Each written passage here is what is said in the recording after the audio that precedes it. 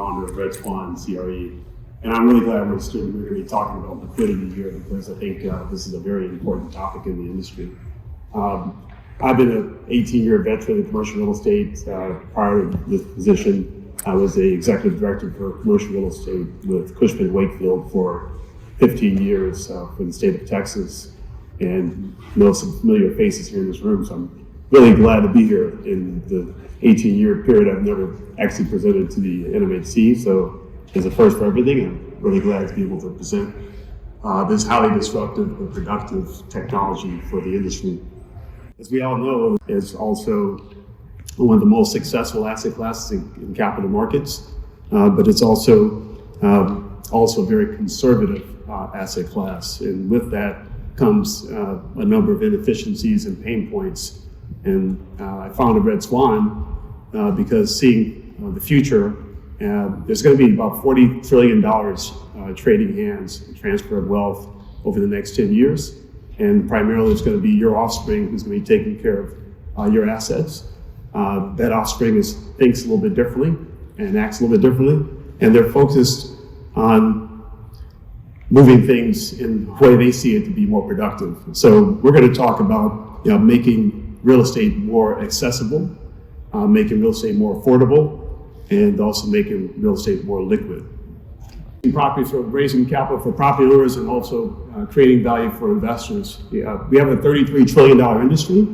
I'm glad to say Red Swan is kind of leading the industry with regards to tokenization.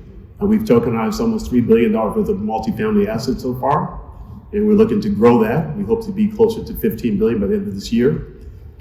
But I'm going to not talk about a lot of technical terms. I think the two technical terms I'm going to mention, I hope, in this presentation is going to be blockchain and tokenization. After that, I'm going to be speaking all real estate. So why blockchain?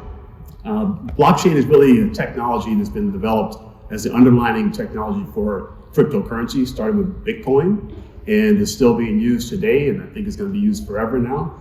But the technology has gone beyond just cryptocurrency. It's now being used in healthcare. Every pretty much application in the world is moving to blockchain. And as you know, almost everything in the world is moving towards digital, and real estate is also moving towards digital. So when you look at blockchain, you look at the fractional ownership, so you can also take things and digitize them into individual pieces. Those fractional ownership, as you know, in our industry, leads to crowdfunding. But also, we have smart contracts, which eliminate a lot of the human touch and processes everything using contracts that are set up using computers and technology software. The speed of transmission is much faster. It's also much more transparent, things that are put on the blockchain, and it's also the most secure type of technology on earth. It's never been hacked. So we are using this because we feel that in the real estate industry, we need to be able to provide more opportunities for investors as well as for sponsors to kind of change the paradigm in the way we do business.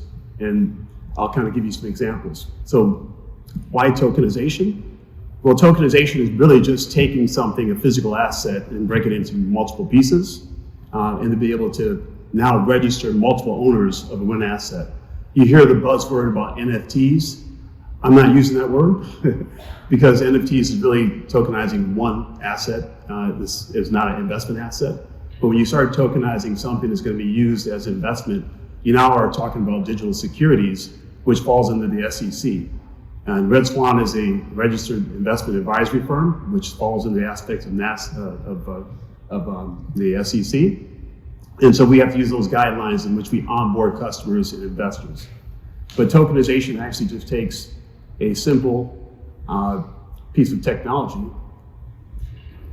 like a real estate asset. I'm trying to go backwards here. It won't go for me. But anyway, it takes a simple technology and divides it into pieces. So we take an asset, say a $100 million building that has $50 million worth of debt. We focus in on the equity, the net equity of $50 million. And for a sponsor, this is important because we bifurcate the debt to the side and take that net equity. If it's $50 million, we divide it to $1 a share, so we have 50 million shares. Now we can sell off 90% of those shares to LP investors, so we can now recapitalize the equity of a property. And this helps sponsors, so you don't have to be buying to hold or fix up and then sell, you can basically buy and hold forever this asset, which I think is a better and more profitable business model. So with tokenization, you actually have more liquidity options because you don't have to sell the asset to get your earnout. I think that's been a motivational factor in the industry for a long time. You sell the property after 5 years, whenever you get to a point where you can make your earnout, or you definitely can sell to that point. We think that that's selling too early, because if you think about it, 15 years ago when you sold an asset, and you look at the same asset now, it's probably worth 300 times more than it was when you sold it. But you sold it just because you had a trigger to get your earnout. And I think that that's kind of wasteful. Also, if you look at real estate as an asset class in terms of commercial real estate, we have about $35 trillion in the industry worldwide. There's about 35% of that is just locked equity, right? So that's about $13 trillion that just is sitting there doing nothing, except for acting as a buffer for the banks and financial institutions, so that in case the asset falls in value, they still don't get hurt. We think that capital can be utilized so that you can now reinvest into other assets with that same kind of capital. Also, it reduces the amount of time that an investor has to invest in your asset. So think about your LP investors. More investors will come into an asset if it is more affordable. So if you reduce the price from $250,000 minimum entry to $1,000 and you made it global, you'd have a lot more investors coming into your property at much more favorable terms for you than it is currently. And also, if they have the ability to sell their investment shares on a secondary exchange 24/7, that's also a major attractive point for a LP investor. So if you're competing in the future and others are now bringing on LP investors who have the capability of selling their shares 24/7 on the secondary market, and you're not offering that to your customers, I think they will probably go to somebody who's going to provide that kind of service. So Red Swan, this is the kind of service we provide. But we actually think that this process provides much stronger yields to a GP, because as a general partner, if you don't have to sell your asset, you're thinking the earnout is going to take place when you trigger your yield at a certain point. But instead of using an IRR factor, you re-trigger it based on dividend distribution. And so therefore, once you hit a hurdle rate of dividends, you can now start splitting the extra profit, the extra dividends. Let's say your hurdle rate is 8%, and now you're showing dividends at 10%. You're now taking that extra 200 bips, and you're splitting it 50-50 with your LP shareholders every single year. And so every single year your NOI is climbing, your GP interest is definitely increasing. We think that's a lot more profitable. It also lets your investors democratize their ownership more, so that an investor taking $250,000 and plopping into one investment is able to take that same $250,000 and spread it into 25 or 30 investments. That's a lot more attractive to the investor. And if you know, diversity is much better overall as an investment. You should never put all your eggs in one basket. Banks are also saying that cryptocurrency and digital is the way of the future. 3-4 years behind, they were arguing that it was definitely the wrong thing to do. There was, sinister, a lot of nefarious activity, but they've changed their mind now. Most banks are actually trading cryptocurrencies, accepting cryptocurrencies, and banking cryptocurrencies. We bank everything with Coinbase at this point, as a signature bank. Why Red Swan? Well, we're one of the leaders in the industry. We've tokenized close to $3 billion of assets. We've closed 3 assets last year. We just raised some capital last year, which is very nice. We have raised 2 funds, so people who are not sure what they want to invest in, they can put their money into a digital asset fund, which is a variety of assets in both value add or core assets. And we also have a management team that has a lot of experience. Most of the people in our industry are mostly involved in technology, but they don't have a lot of knowledge about real estate or capital markets. And this is the area where we've actually been able to show our superior knowledge by being able to speak on your level and understanding your pain points. We're also launching a coin, which is a utility coin, which we're going to use to benefit the industry as well. That's going to be a coin that's going to be invested in mezz debt. We think mezz debt is way too high, and if we can now have a coin that will be able to step in and replace mezz debt with a fixed rate of 3%, we think it's going to be better for your deals overall. And you probably ask yourself, how is that possible? But I'll explain to you a little bit later. Our team has grown. We have about 16 people on our team right now.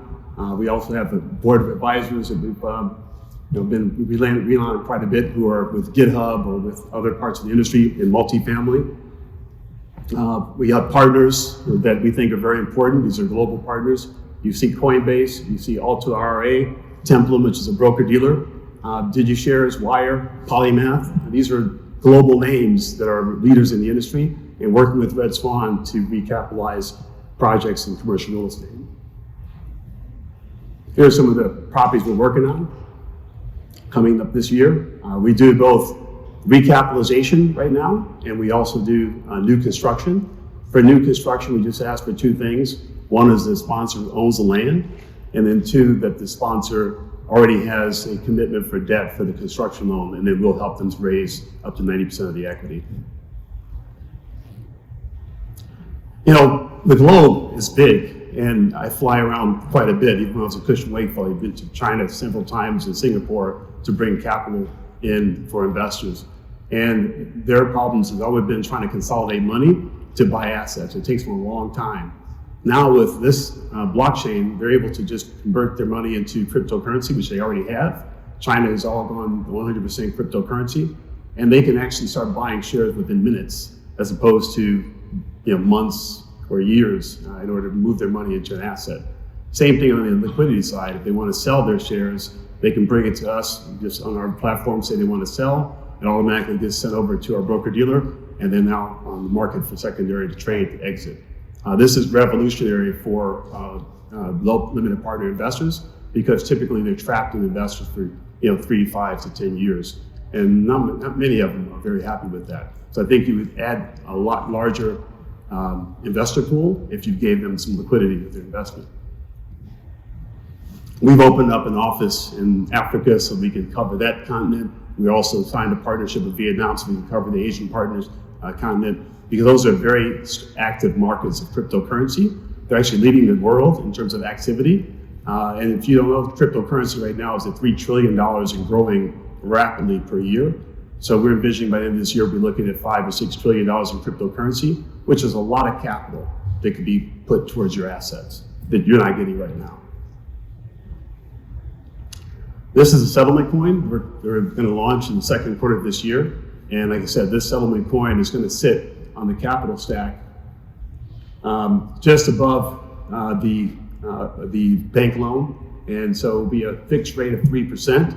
And the reason why we can charge a 3% rate, flat rate for this, is because in the crypto world, people take assets and they do what they call decentralized financing. I said I wasn't going to use a more difficult term, but I'm sorry, that was one more. Decentralized financing is basically where they take an asset, they lock it in a digital wallet, and they now can borrow or lend against the asset. So that's bringing in yields between 5% and 22% on DeFi. So just think about if they bought your shares and they're paying them 6%, or they bought our coin that's paying 3%, and it's a solid asset. It doesn't move much because it's not like a crypto that bounces up and down every day. They need something solid to do a DeFi type of a transaction. This is the perfect DeFi transaction, so they can collect 3% on the coin and also get 9 to 10% on a DeFi basis. We're here because we want to meet not just property owners to help them to create liquidity, but also, and we're talking to LP investors that like to liquidify some of their properties or that they have holdings in, or also buy some of our shares of quality real estate. But we're also here to recruit brokers in the major brokers firm, because we see the world changing, and we think the brokers can add this type of service to their product line to increase their revenues, because there are lots of deals, loans, or sales they can't do for one reason or another, but we can recapitalize using this format. So we would like to partner with some of the larger real estate firms so we can actually add additional arrow in their quiver. And Simon here on our team is one heading that, head of sales. So that's our presentation. If there's any questions, I'm here to answer any of your hard questions. Go ahead. How do you solve for your customer transfer provisions? Like any lenders that typically say, who is your partner? Lender? Yeah, like a traditional construction lender, term lender. wants to know who their 90% is. How do you solve for that? On the equity side, most lenders are concerned with who the major equity holders are, people who control 25% or more. CMBS, which is here, we read a lot of loan documents, so we know what the loans are saying. And a lot of them say that you can sell up to 49% of your LP shares without their permission. Over that, you have to get permission. A lot of them have different terms in the loan documents, but pretty much we read the loan documents to know what our capabilities are with the bank. And if they can't do this, we have other banks working with that will actually work with us with this type of structure. KYC. Oh, KYC, yeah. According to LCC, everybody has to be KYC. And so we have a biometric process for KYCing every investor before they can even buy our shares. And then here in the United States, they also have to be accredited. So we have to confirm the accreditation.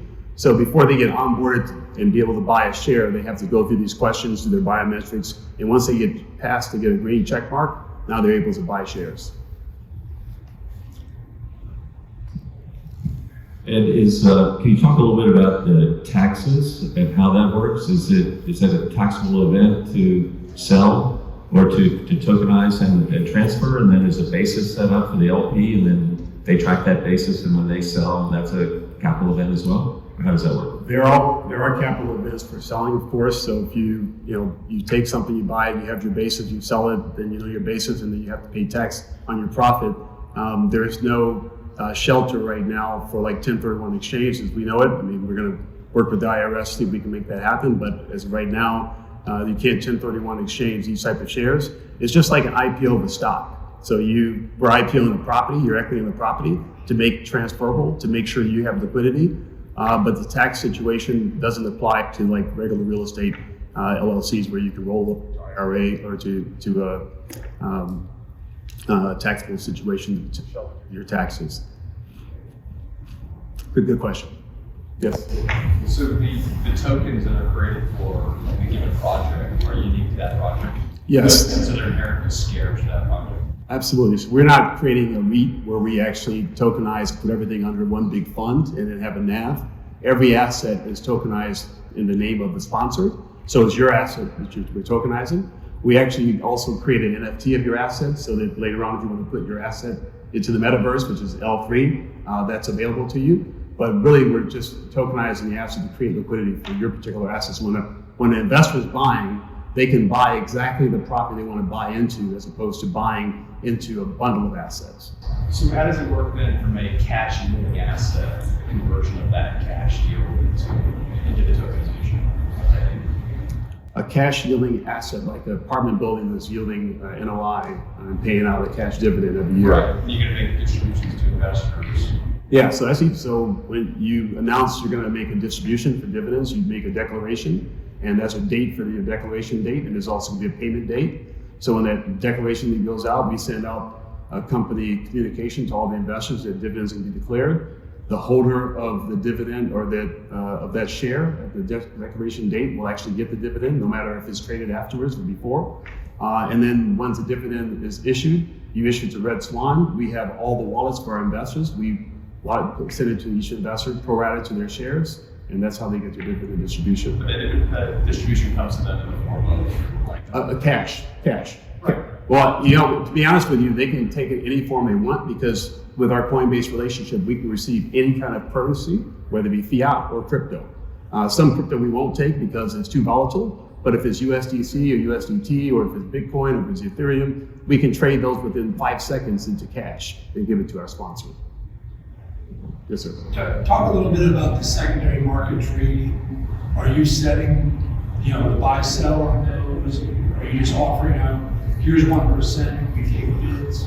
How does it work? Good question. So secondary, if a person wants to sell, they're on our dashboard. They say they own 100,000 shares of stock. They say they want to sell 20,000 shares. We now post that onto our site, so all of our clients, our shareholders, or our clients on our website can see what's for sale, and they can actually put a bid to buy it, peer-to-peer.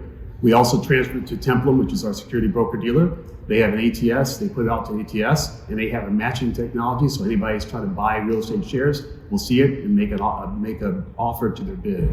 Do they get the property level disclosures so that they get to see rent rolls and financial statement? Now in the secondary market, what they do get is quarterly financial statements from the sponsors, so that we're posting to make sure that when you issue, you have a valuation, right? And that's how you set the valuation when you issuance.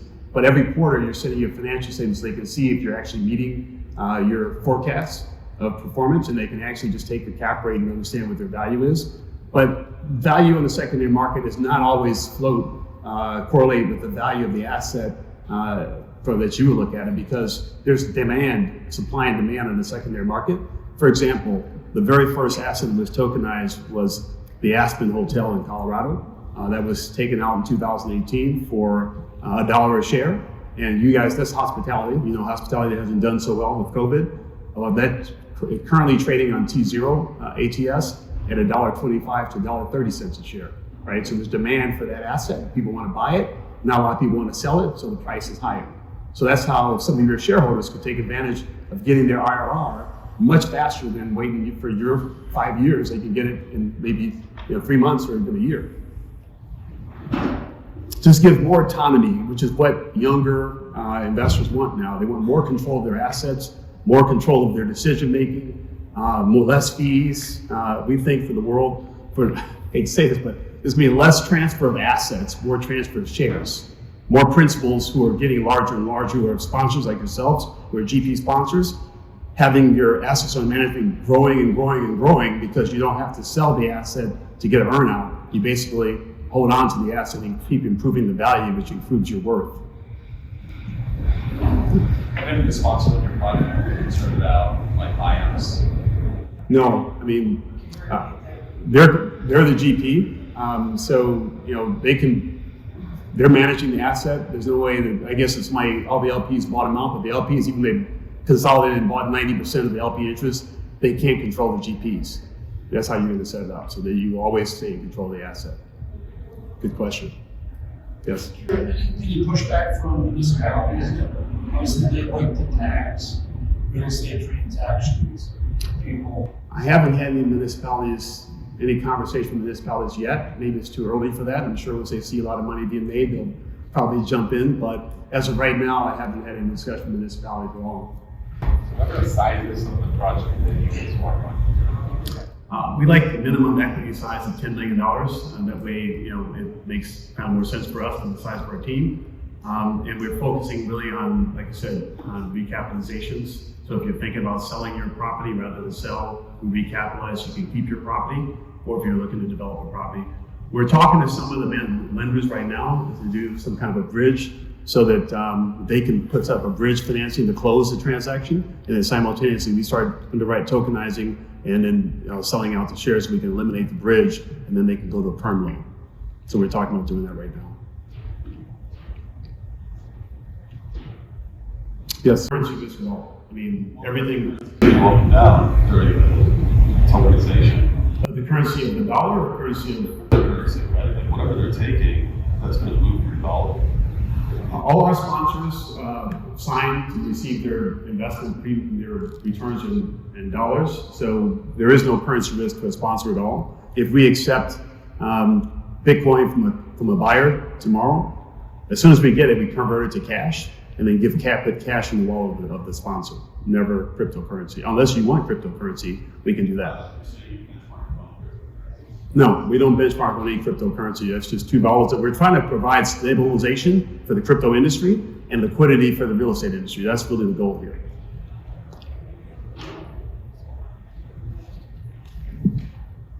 All right. All great questions. Thank you.